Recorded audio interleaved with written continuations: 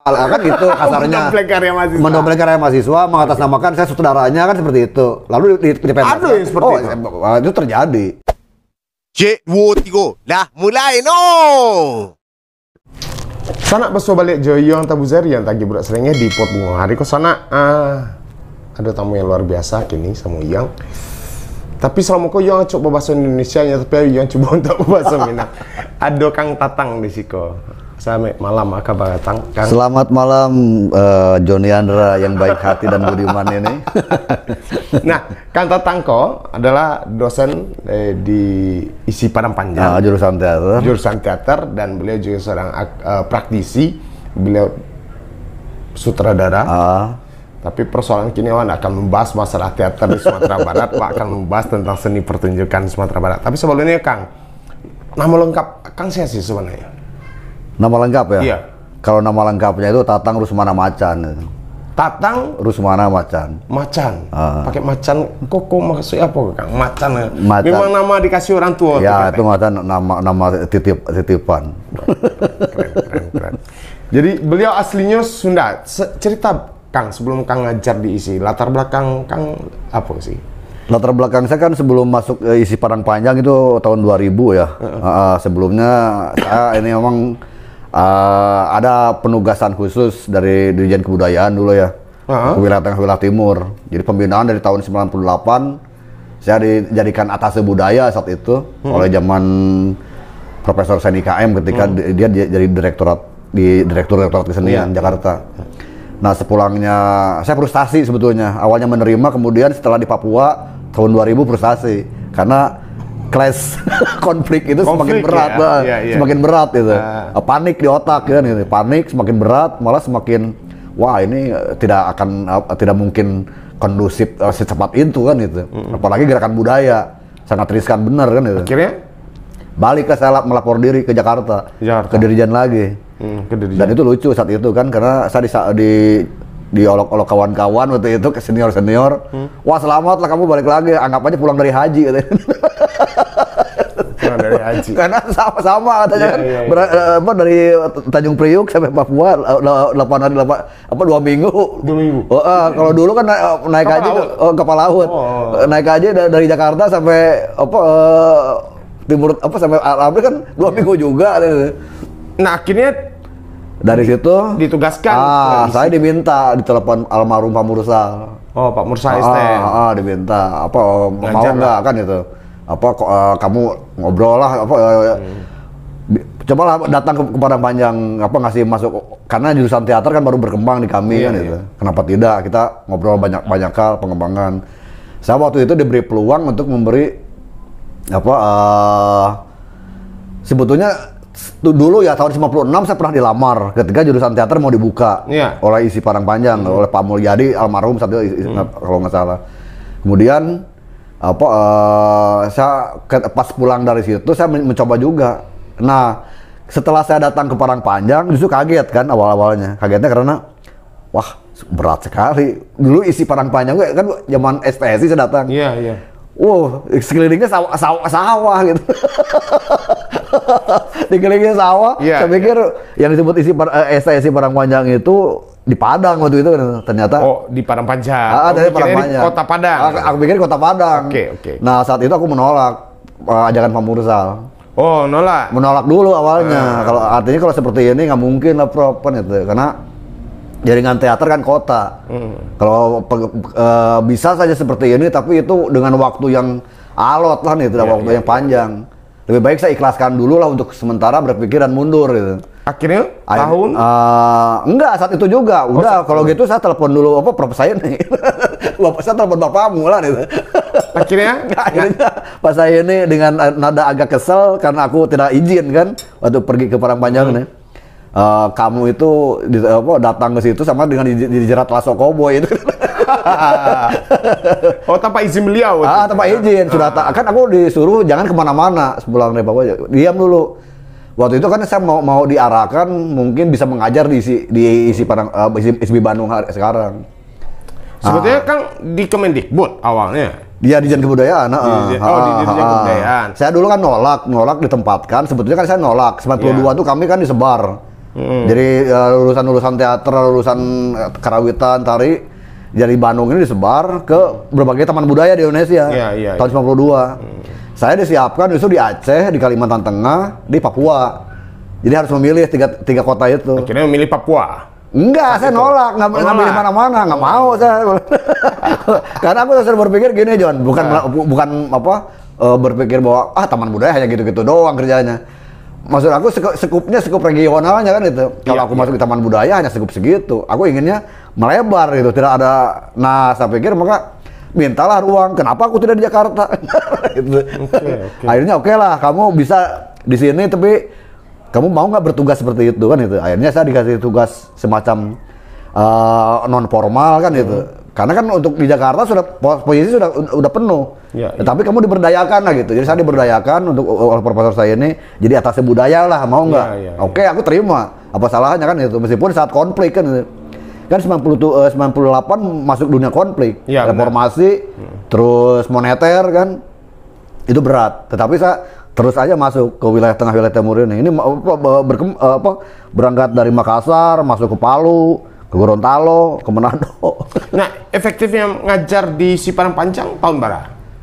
2001 lah. 2001 berarti berapa tahun Kang di Sumatera Barat? Kalau dihitung 22 tahun lah sampai sekarang. 2 tahun. Kalau dihitung waktu ya. Iya. Itu menarik. Setidaknya Kang yang ngajar dan pasti mengamati perkembangan seni pertunjukan. Oh iya, sangat. Kang melihat seperti apa sih perkembangan seni pertunjukan Sumatera Barat hari ini? Hari ini ya? Atau kita tidak menyoal ke belakang sedikit? Oke, kita kunjungi dulu ke belakang. Nanti coba sali yang Hariko. Yang Hariko ya? Yang Hariko ya. Kalau melihat, saya masuk sini lagi kan sepulang dari Jogja ya kemarin. 2001 bulan Oktober ya. Bulan Oktober itu kan terkait pandangan saya kan sekaligus ada niatan tadinya melihat Dirjen Kebudayaan itu ada perkembangan yang disebut arah Indonesiana kan seperti itu. Saya ingin melihat sebetulnya seperti apa sih yang perkembangan ini masuk di regional Sumatera Barat. Berkembang baik apa enggak kan itu. Ada benar gak ruang kerjanya? Ternyata itu kan simpang siur kan itu. Simpang siur maksudnya kan? Dalam pengertian ada pemaknaan yang rancu kan itu. Ada yang program Indonesiana kan? Artinya ya keinginan pusat seperti itu, keinginan daerah ya lain juga kan itu. Ada semacam pro kontra kan itu. Kalau saya lihat kayak gitu. Ada kenapa misalkan tidak bikin event sendiri kalau mau seperti ini? Kalau memang anggarannya diserahkan ke daerah kan itu. Ngapain dengan nama Indonesiana? Bikin aja Sumatera Barat art festivalnya seperti itu kan bisa aja. Atau Padang Art Festival. Kalau memang mau seperti itu, kalau memang diserahkan ke daerah kan itu. Tetapi sebetulnya kan pusat memberi dorongan seperti itu. Arah ini kan sebetulnya dalam rangka mengembangkan potensi kedaerahan yang sekarang yang lagi dibesar-besarkan oleh juragan-juragan dari atas kan itu. Arahnya sudah berbeda. Ada beberapa hal yang memang dipangkas akhirnya kan itu.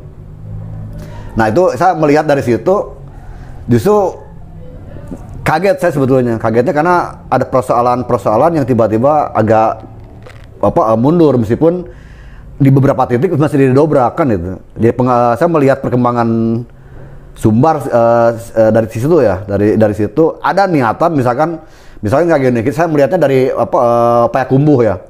Payakumbuh tiba-tiba dengan dulu saya pernah bertemu dengan Dede Yosa, dengan Caing dulu kan itu.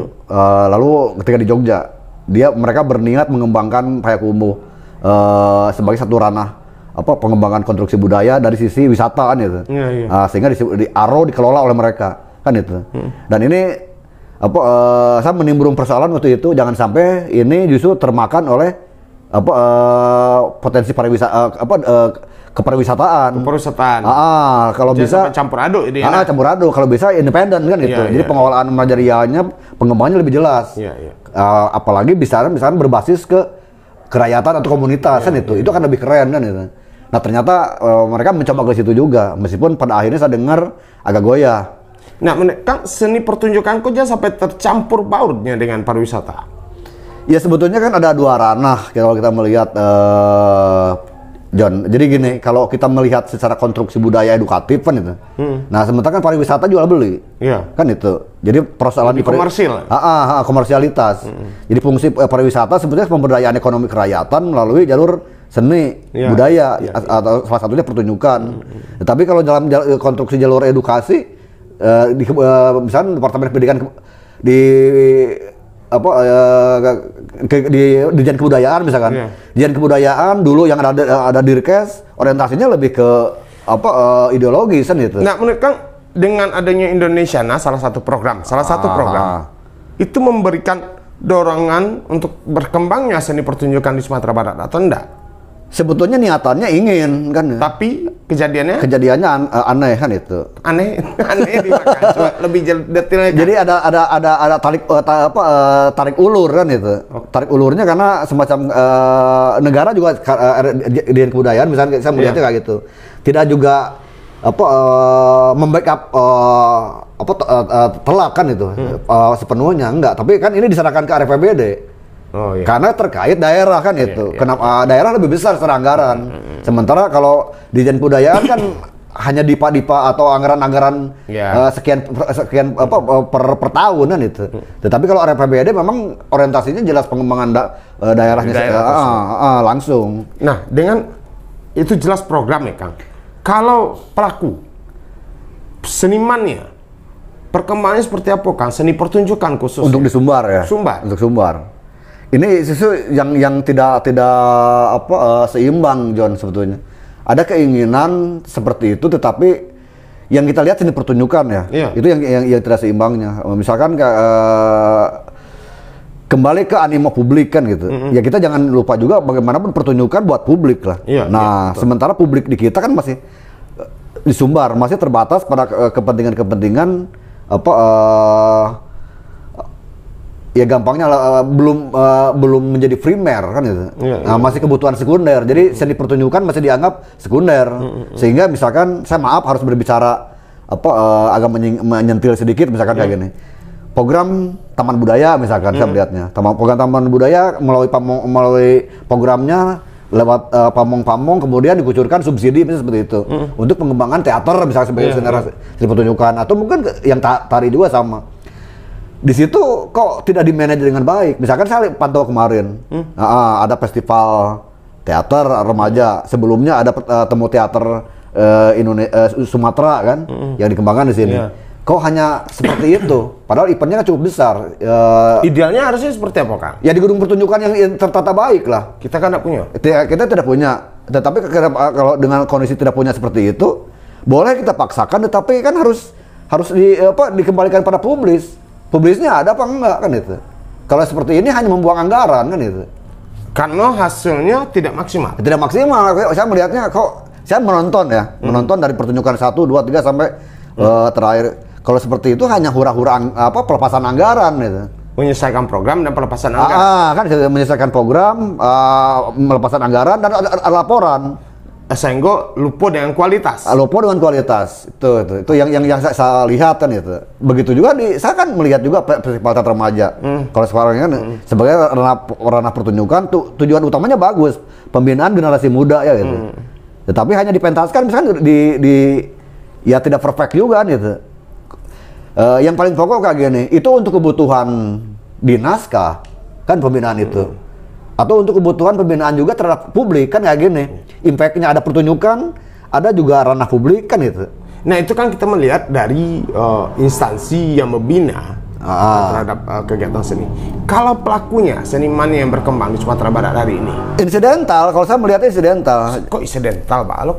Sangat, saya melihat seperti itu, sakit kalau melihatnya gitu. Kenapa? Karena tidak diyakini gitu, John. Tidak diyakini bahwa ini sebagai satu sikap ideologis. Karya itu kan harus punya sikap ideologis lah, yang runut, yang konsisten kan itu. Tetapi ini eventan. Kalau ada event baru berkarya. Kalau ada event baru berkarya itu. Itu kan masalah. Mereka nggak melewati proses, karena sebulan ini lo garap gitu. Enggak, itu instan bener, instan. Kalaupun tidak kan buktinya saya memantau festival teater remaja misalkan dikasih slot 18 slot kalau nggak salah.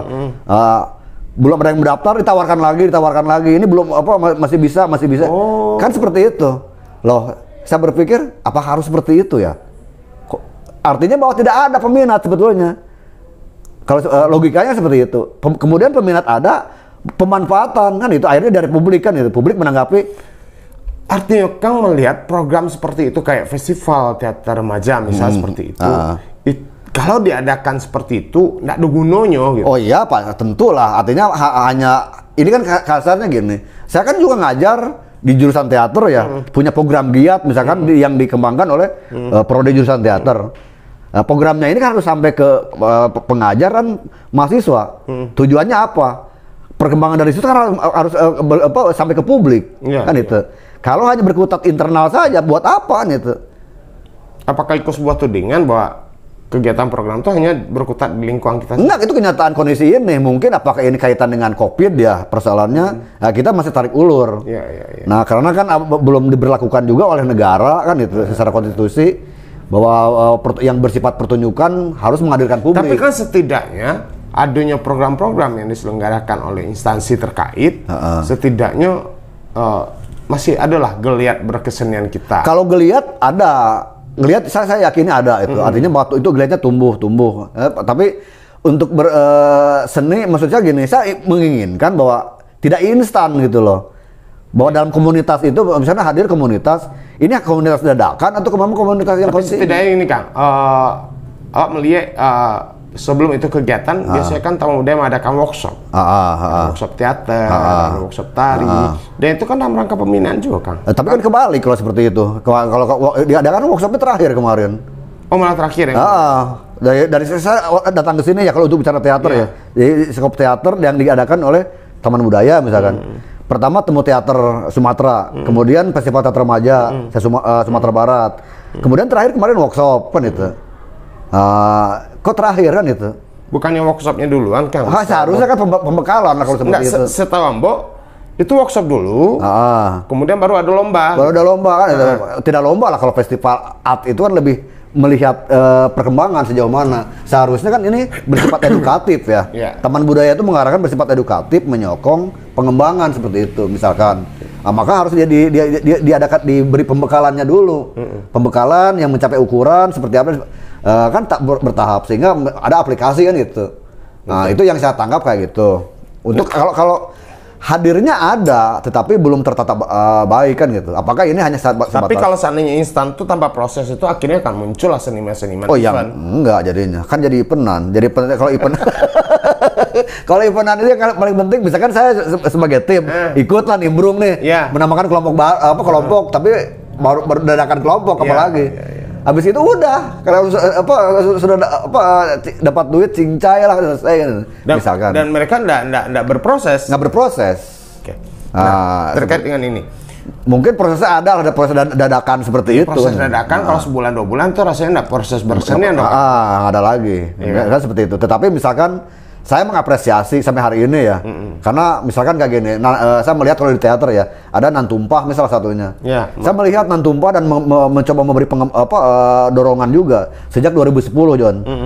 2010 ini saya misalkan untuk Sumbar ini saya sangat berharap ke Nan Tumpah untuk bertahan kan itu secara ideologis, kekreatifan, ideologi kekaryaannya yang dipimpin Mahatma saya berharap bertahan, karena saya lihat konsisten loh. 2010 misalnya zaman FTI, zaman SBY itu mendirikan FTI namanya Federasi Teater Indonesia. Ketuanya Rada Pancadahana. Itu biaya negara itu. Nah, kan itu. Tiba-tiba ini pun aplikasi ke publisnya nggak jelas. Saling gencatan senjata lah. Saling dorong mendorong karena urusan duit masalahnya. Kan itu seperti itu. Tapi ada pertanggungjawaban, saya masih ingat nih, masih pertanggungjawaban kan untuk Sumatera ini wilayah barat itu ketuanya Katil. Katil WNIHS dan siapalah yang membawahi Riau, Sumatera Barat, Palembang, Bengkulu kalau nggak salah Jambi. Diadakan festival FTI kan itu untuk wilayah barat. Nah itu pun lucu dadakan. Oh dadakan. Dadakan artinya bahwa pelakunya itu loh bukan. Ini kan ngaco kita kan itu. Nah tapi di situ ada satu persoalan. Oke lah kita punya satu kekuatan Nan Tumpah di Sumatera Barat. Kita dorong itu. Kenapa menganggap Nan Tumpah sebagai salah satu kekuatan dunia teater di Sumatera Barat? Karena yang lebih konsisten, John? Lebih konsisten, lebih berproses, continue berproses, punya ideologi karya, punya sikap orientasi berpikir, mengapresiasi publik gitu. Apa bedanya dengan Kang yang juga akademisi, praktisi, Bang Katil juga akademisi, gitu kan? Apa beda dengan mereka, dengan Atma? Bedanya kayak gini, kalau kita mau jujur, kalau kita mau jujur ya, seorang edukator di dunia pendidikan, dia memang harus punya laboratorium kan itu. Tetapi bukan berarti pemanfaatan situasi tiba-tiba membuat karya dengan mahasiswa lalu dipublikan. Dan itu kan kita amati hari ini, banyak kan dosen-dosen yang punya karya mendompleng karya mahasiswa, kan itu kasarnya. Mendompleng karya mahasiswa, mengatasnamakan saya saudaranya kan seperti itu. Lalu dipentaskan. Ada yang seperti itu. Itu terjadi. Karya mahasiswa dan diakui itu sebagai karyanya dosen. Karya dosen. Ini bukan hanya terjadi di ISI Padangpanjang ya, tetapi maaf ya, alma mater saya pun, misalkan dosen-dosen saya dulu di ISI Bandung seperti itu. Jadi kadang-kadang ini yang harus diluruskan pola berpikirnya, karena bukan kegiatan dia sih pada prinsipnya, itu kegiatan mahasiswa. Dan itu tujuannya apa, Kang, gitu? Kenapa harus mengakui seperti itu? Tujuannya karena memang ada anggaran untuk itu, maka dipaksakan diri untuk tampil. Kadang-kadang merasa mungkin bisa join kerja, mahasiswa sekian, dosennya sekian. Tapi anggaran itu ada berarti? Dari kampus atau dari mana? Enggak, kalau anggaran kampus untuk kegiatan ujian mahasiswa misalkan. Misalnya biasanya nih, ujian mahasiswa terakhir yang mau TA kan selesai TA udah join lah. Nah, jadi pentaskan di mana? Menjadi karya dosen. Kang, sorry, bisa dipertanggungjawabkan ucapan Kang bahwa ada loh dosen yang mendompleng karya mahasiswa ini? Oh, Pak, itu terjadi ada beberapa hal itu. Kacau, itu kan itu satu di sisi lain saling menguntungkan, oke lah kan itu. Bahwa mahasiswa diselesaikan TA-nya, kemudian memberi peluang dosennya juga bisa menggarap bahwa ini jadi di sisi lain terlepas ujian TA menjadi karya personalnya kan itu. Bisa sah terjadi seperti itu, nggak masalah. Cuma kadang-kala kan kalau bicara nilai kreatif itu justru ya ada ranah yang tidak baik secara kerja, nilai konsisten dari seorang kreator kan gitu maksudnya. Ini kan bicara kreator. Tapi kalau dosen-dosen biasanya dosen-dosen yang ingin punya karya selalu kan memanfaatkan mahasiswa. Contoh kalau penari lah, tari, dosen ini seorang koreografer pasti dipakai mahasiswa untuk jadi penari. Tamat mahasiswa ganti pula penari, kan? Artinya tidak ada kontinuitas sebagai penari. Dan itu kan selayaknya dosen kok mengambil posisi di makang kalau menurut Kang.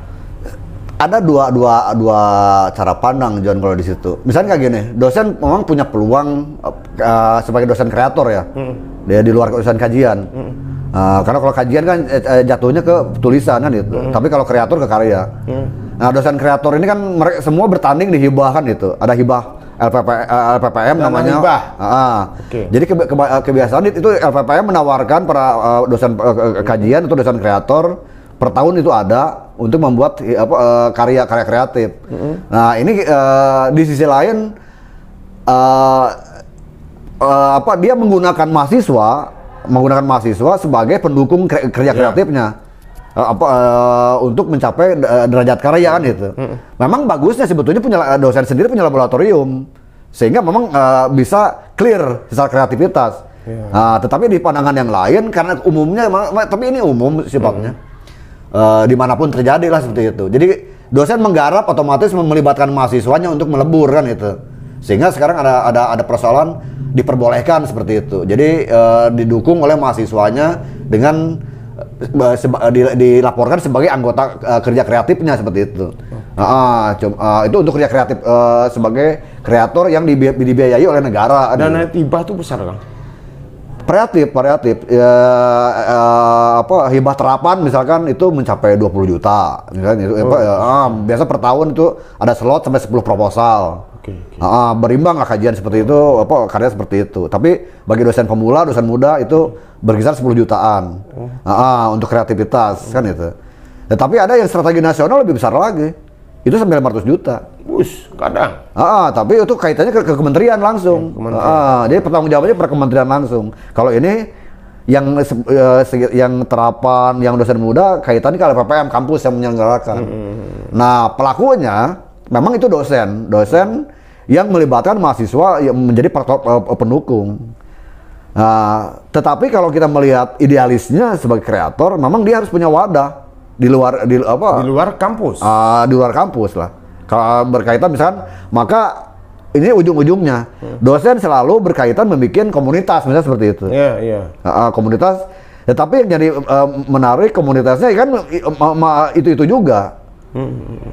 Jadi mendaya gunakan proses yang ada, tapi sebetulnya kalau dia bicara komunitas, melibatkan masyarakat kan itu. Apakah karena itu dosen kreator? Kalau kita gena mau dosen kreator, rasa kalau ambas cok ngecek mau deko Kang, itu akademisi atau seniman, nah gitu loh kan. Nah makanya ada dua friksi ya, ada dua friksi. Kalau di kayak semacam di Institut Seni Indonesia ya, berbeda dengan UNP otomatis, kan itu. Kalau di UNP memang jalur kependidikan, kecuali mungkin non kependidikannya, tetapi tidak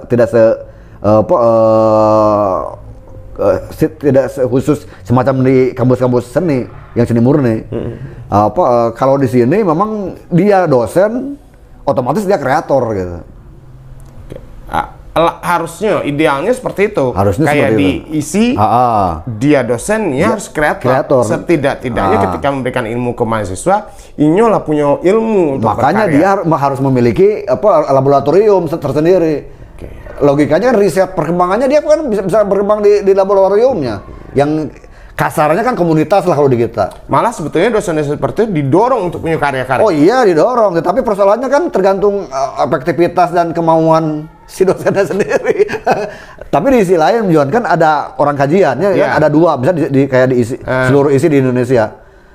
Ada ranah ke dosen kreator, ada ranah ke dosen teoritik kekajian. Jadi dua-duanya didorong, ini cenderung pada pelahiran pikiran-pikiran kebaruan, mulai risetnya. Yang kreator juga didorong dengan karya-karya kreatif kebaruannya melalui penelitiannya gitu. Nah, Kang lihat dosen-dosen tuh sekarang berkembang atau enggak? Kalau ini kita nilai, kalau di tempat kerja saya kaitan ke isi Padang Panjang, saya lihat mungkin lebih cenderung kalau dibagi frekuensi ya, dibagi persen. 30 banding 70 lah. 30-nya yang mana? Yang kreatif, yang 70-nya yang nonsen kan itu. Kang kok dicacah sama orang-orang Ampol, Kang. Ya itu logika ya, kenampakan yang ada kan itu.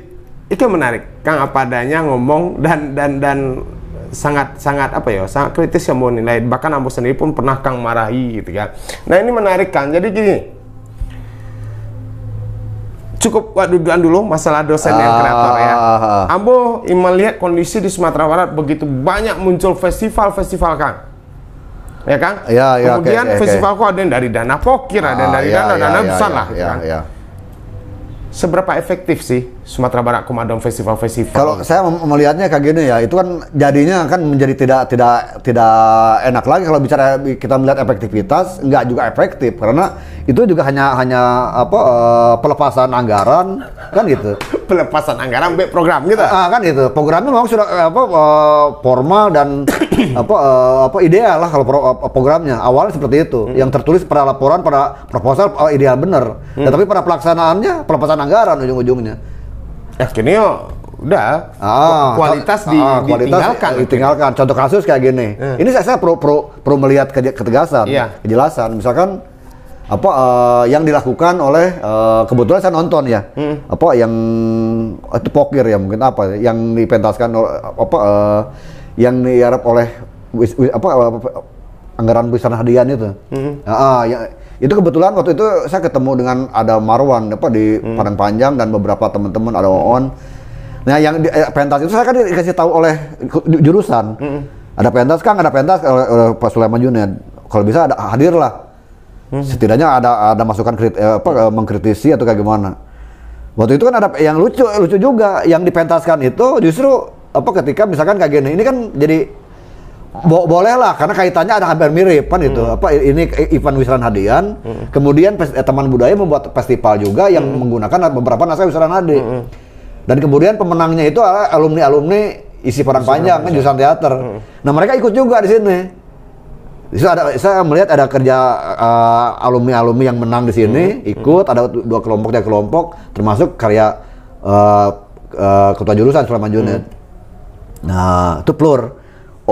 Itu event yang disebut event pengembangan dari cara kerja, cara pandang Dana Pokir untuk pengembangan atau pelestarian ya karya kreatif, naskah drama Wisran Hadian kan itu. Nah, yang diterjemahkan digarap oleh beberapa tim kerja kan, beberapa kelompok-kelompok. Cuma persoalannya kan ini arahnya itu mau edukatif apa enggak atau bukan kan itu? Atau sekedar pertunjukan? Atau sekedar pertunjukan. Karena saya tidak terima kalau bicara kok naskah Wisran seperti ini digarap kan seperti itu. Oh, akhirnya ke sana? Ini seperti itu. Jadi saya ketika itu pelur terjadi kami ngobrol di luar, beberapa pengajar. Kok seperti ini ya? Kan itu. Akhirnya menjadi hal yang tidak menarik. Kan itu menjadi tidak memberi dorongan untuk memberi satu rangsangan ke arah berpikir yang lebih meningkat ke depan mau seperti apa kan itu. Itu akibat dari akan berpikir tadi bahwa Iko kok hanya bagaimana dana bisa kan itu. Jadi yang selama ini saya bayangkan ya, akhirnya ada kecurigaan seperti itu. Oh, ini hanya anggaran cair dan pelepasan anggaran aja ujung-ujungnya. Nah, berbicara festival, seberapa penting sih Kang kurator dalam sebuah festival? Oke, kalau kedudukan kuratorial, oke lah sekarang bahasanya bahasa kuratorial ya, tetapi kan harus dibedakan. Saya bilang dari kemarin ya, di seni rupa itu memang menggunakan kata kuratorial, tetapi di seni pertunjukan yang dikembangkan oleh Jerman, oleh Perancis, oleh Amerika, oleh Belarus, Rusia sampai Jepang, itu ada dramatur namanya. Dramatur. Konsep. Nggak, sebab kan kalau kan latah Kang. Setiap ada festival pasti ada kurator yang datang. Kalau kurator kan kedudukannya sama, dramatur dengan kurator sama, tetapi aplikasi kerja berbeda. Ini untuk pameran dan museum. Kurator itu lebih ke pameran dan museum. Sementara dramatur untuk wilayah pertunjukan. Itu konsepnya di situ. Nah, penilaian dua lembaga ini atau baik perorangan atau bisa lembaga lah. Intinya sama menilai lah, mengkurasi, menilai seperti itu.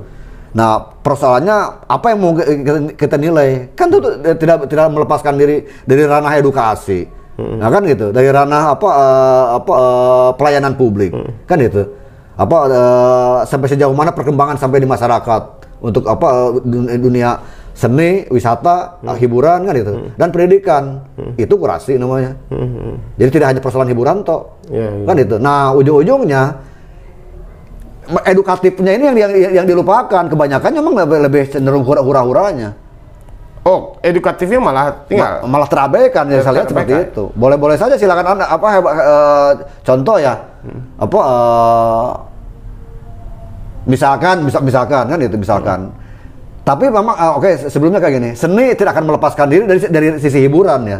Sisi hiburan, edukasi kan itu. Dan pembinaan publik kan itu. Nah, artinya ini kan harus seimbang. Misalkan saya melihat ini karena bukan berarti kebetulan Joni Andra yang menggarapnya kemarin.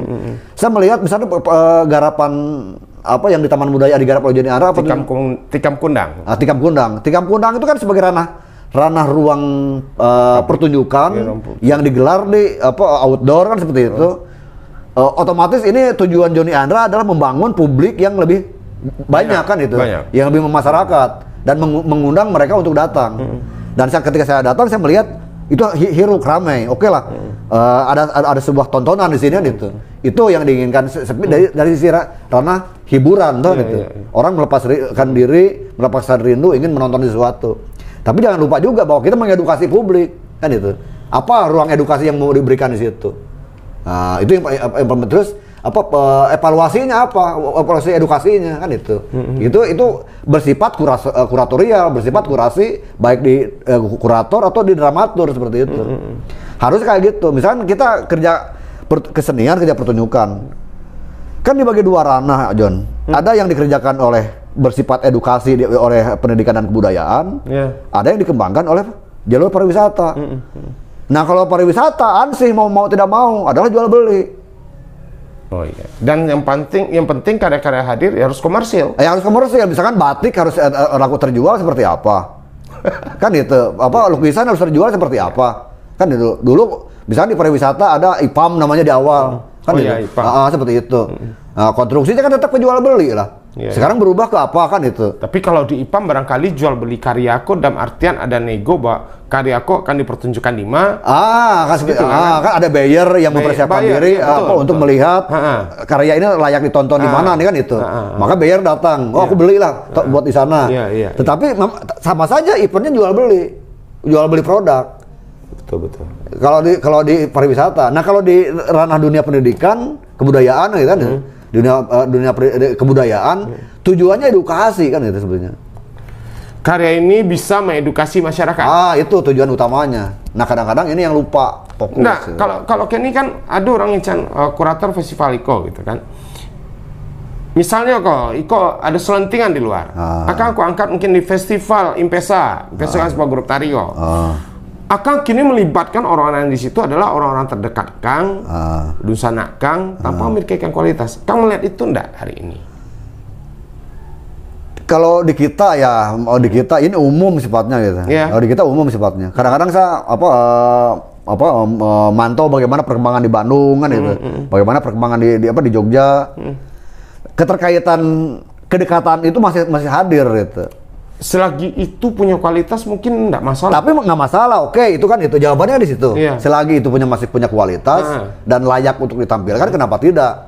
Tetapi jangan asal tempel kan itu. Nah, persoalan hari ini Kang melihat seperti apa? Asal tempelkah, memang punya kualitas atau memang menyelamatkan saudara-saudara? Itu baur, Jon, baur. Baur. Jadi ada kualitas diraih, asal tempel ada, bahkan yang meminta seperti itu. Hari Iko, Kang melihat itu sah-sah saja di Sumatera Barat? Susah juga mengatakan sah saja. Kalau dikatakan sah-sah saja, oke. Ada satu persoalan krusial ya, yang berat hari ini. Orang butuh hidup sekarang itu. Sementara di sisi lain ada ruang kerjanya yang butuh hidup kok dalam hal materi, Kang. Kan itu setidaknya minimal kan itu. Iya. Dengan menempel dalam kegiatan itu minimal aku mesti dapat merokok lah. Kalau berbicara masalah materi, Kang, berarti idealisme seorang seniman juga tergadaikan. Luntur, mau tidak mau. Sekarang orang ngotot juga mengotot apa? Secara langsung Kang mengican bahwa itu yang terjadi di Sumatera Barat hari ini. Iya, kayak ada ruang ke arah situ. Kalau mau tidak mau, karena kalau saya nggak gini aja. Iya. Saya melihatnya misalkan mungkin di dunia yang film misalnya atau di dunia tari masih ada peluang-peluang kan itu. Tetapi misalkan kalau kita melihat teater di perkembangan sekarang ini miskin. Miskin? Sumatera Barat? Ya, miskin gagasan, miskin kreatif. Dan miskin seniman? Ya, seperti itu. Itu yang tumbuh. Yang ada. Kenapa itu terjadi, Kang? Analisakan seperti apa? Karena mungkin ya satu sikap ideologi karya memang tidak bisa bertahan, kontinuitas mempertahankan substansi kelompok tidak hadir, kan itu. Kembali pada kekuatan keanggotaan itu tidak terbina dengan baik. Itu yang Kang lihat dari Nantumpah, bahwa Nantumpah bisa bertahan sampai kini. Saya melihatnya masih ada dua. Salah satunya agak lama, misalkan Sakata yang dipimpin Riko Alamo, itu masih kuat bertahan sampai hari ini. Terlepas saya bawa misalkan itu ada Tia Setiawati itu kan itu, tetapi dia mampu mempertahankan sikap kan itu. Kebetulan di keberadaan mereka di Padang Panjang, lalu bisa di up oleh mahasiswa jurusan teater yang bergabung. Tetapi tidak hanya anak-anak teater aja yang bergabung di Sakata. Ada film, ada anak karawitan, ada anak tari. Ini kan kelompok sah-sah saja. Tetapi yang paling terjaga adalah konsistensi niatnya kan itu, edukasinya, prosesnya. Nah, yang paling hebat lagi Nantumpah kalau di teater. Yang notabene misalkan saya melihat Mahatma itu kan, ya saya melihat dari awal ya. Mahatma perkembangannya dari awal kuliah di Jogja 3 semester keluar. Kemudian balik kampung melanjutkan S1-nya di tempat lain. Baru ngambil S2 di Padang Panjang. Kan itu. Selesai itu tapi dia tetap konsisten dari awal kan itu. Saya lihat sejak 2010 itu. Dia konsisten. Dalam FTI itu dia menang. Kita up ke Jakarta.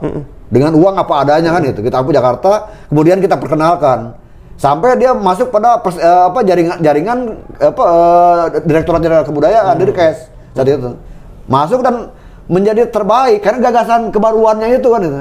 Gagasan kreatifnya. Iko yang kurang sama Sumatera Barat. Itu yang kurang konsisten. Jadi apa bedanya? Saya kemarin melihat karya Mahathir misalkan, dia merekonstruksi konstruksi pikiran-pikiran cerita Malin Kundang. Dia menampilkan Malin Kundang yang lain gitu.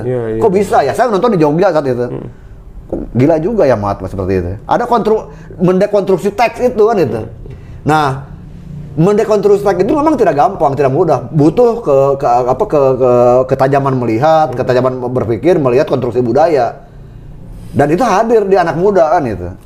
Apa sih solusinya untuk agar munculnya kelompok-kelompok orang yang bertahan yang konsisten seperti tadi? Apa harus yang lakukan di Sumatera Barat, Kang? Biar hadir Mahatma yang lain, yang lain. Apa sih solusinya gitu? Ya sebetulnya itikad lah. Kembali ke itikad dan niatnya. Kalau niatnya mau konsisten ke individunya atau terhadap instansi-instansi terkait? Baik. Enggak, instansi terkait itu nanti kemudian kembali kepada kekuatan individualitasnya. Sokongan dia kukuh enggak sebagai pengembang masyarakat budaya kan itu. Atau kini masih tetap nempel di otak orang Sumatera Barat? Kalau nggak ada pitih malah karya. Mungkin seperti itu. Karena saya melihatnya kayak gini, makanya kan masih sekunder aku bilang tadi John. Jadi saya melihatnya bahwa seni pertunjukan terutama ya kan itu. Apalagi seni rupa lah.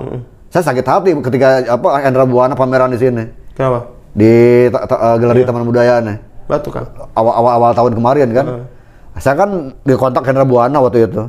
Mampir ke Taman Budaya kan itu. Lihat pameran Abang. Saya lihat pameran Hendra Buana. Wah, ini lepaskan diri aja lah, jangan terlalu berharap ada pembeli kan ya gitu. Nah, akhirnya seniman berpikir ketika itu tidak menghasilkan uang, akhirnya mundur. Karena kan tolak ukurnya sebagai kreator ya. Sebagai kreator dia membuat produk bisa sampai ke publik dan bisa dihargai publik. Tapi setidaknya Kang, ketika proses berlanjut dan kontinu mereka berproses. Oh tetap, kalau saya contohkan Hendra Buana, dia tidak akan gugur oleh pameran ini. Dia tetap konsisten. Kalau seandainya berpikir masalah biaya, keuangan, kan, kini kan program pemerintah banyak. Ya sebenarnya program pemerintah banyak, cuma kan domain itu juga bertanding dalam proposal. Itu kan balik kepada kualitas. Kalau kita nunggu tambah proses juga makanya itu bertanding pada proposal, pengertiannya ada kurasi itu kan itu. Nah, siapa yang terkurasi? Jadi maaf saja misalkan kalau dari sini teater yang menang tetap aja Sakata dan Nantumpa misalkan. Karena itu yang punya potensi. Yang punya potensi dan berproses. Dan berproses kan itu yang dinilai. Yang lain mana itu? Kalau asal nempel ya nggak mungkin kan itu. Makanya yang penting itu proses dulu ya Kang. Oh iya, yang penting proses lah. Di samping daya kreatif personalnya, tentu proses kelompoknya kan itu. Iya. Kalau kita bicara konstruksi budaya di masyarakat kan itu. Ini yang membedakan dengan konstruksi budaya dalam ranah edukasi di sekolah kan itu. Oke. Ambo minta kesimpulan dari pembicaraan kita Kang. Apa Kang? Hariko berbicara, kesimpulan Hariko apa menurut Kang? Apa saya harus menyimpulkan apa sekarang itu kan semua pembicaraan kita kok. Berarti satu mungkin kalau ingin bertahan lanjut berproses, jangan pas ada event. Kalau saya berpikirnya kayak gini, ini pepatah yang tua, yang lama, yang ortodok ya. Selama saya masuk jurusan teater, seni pertunjukan terutama ya. Satu persoalan, the show must go on. Satu, pertunjukan harus berjalan. Panggung tidak boleh mati. Kan itu. Kemudian seni pertunjukan atau dalam tanda kutip teater ya. Teater itu hukum rimba. Kalau bicara teater seni pertunjukan berarti. Kalau hukum rimba kembali pada proses gagasan dan ideologinya. Punya ideologi karya apa enggak kreatornya itu. Kalau hukum rimba siapa yang maga itu yang menang. Nah kan itu. Siapa yang bertahan? Dalam pengertian gini John, bertahan itu bukan berarti kualitasnya bagus, tetapi continue latihan. Kan gitu. Tidak ada jangan pas event saja. Jangan pas event saja. Tidak ada yang perfect. Tidak ada yang perfect dalam setiap kelompok kan itu. Tetapi ketika dia bertahan, mempertahankan komunitasnya, keberlangsungan sikap berpikirnya, maka dengan proses continue itu akan juga mencapai nilai 100 lah gitu. Tidak harus ngotot. Misalnya kayak gini lah kalau dalam ruang edukasi, bahwa yang berbakat itulah yang menarik. Tetapi yang berbakat kalau memang diam saja, kalah dengan yang tekun, ya lewat juga yang berbakat kan gitu. Tetapi yang tekun yang menang itu aku beri mbak. Oke, makasih banyak Kang. mudah-mudahan pembicaraan kau sangat bisa menambah wawasan kawan-kawan di luar. Oke, terima kasih sama-sama. Luar biasa. Kamu cukup appreciate ya Kang, karena Kang cukup belak-belakan dan berani mengungkapkan kebenaran. Ya itu pandangan yang ada ya. Saya melihat, memandang, mendengar. Walaupun enggak, awak udah tahu pembicaraan kau akan membuat akan disisihkan kawan-kawan, dimarahi kawan-kawan. Kalau disisihkan biasa saya. Itu nggak masalah, biasa saya selalu disisihkan nggak masalah. Kadang-kadang kejujuran tuh memang susah tuh. Iya, seperti itu biasa. Itu kadang-kadang untuk melangkah kayak begitu, namanya dunia kritis ya. Iya. Dunia kritik itu mau kritik opini, mau kritik berita atau bahkan kritik artikel. Memang kita harus dibiasakan, jangan review gitu, jangan mengulas. Kalau memang kritik ya jangan sebenarnya. Oke. Ya mengkritisi ya, dan itu harus siap yang dikritik gitu aja. Oke. Makasih Kang. Oke. Mudah-mudahan tetap sehat dan awak tunggu lu pula karya Kang nih. Oke, ini saya ada kegelisahan untuk berkarya kembali apa kan itu. Ada Terakhir Kang berkarya tahun?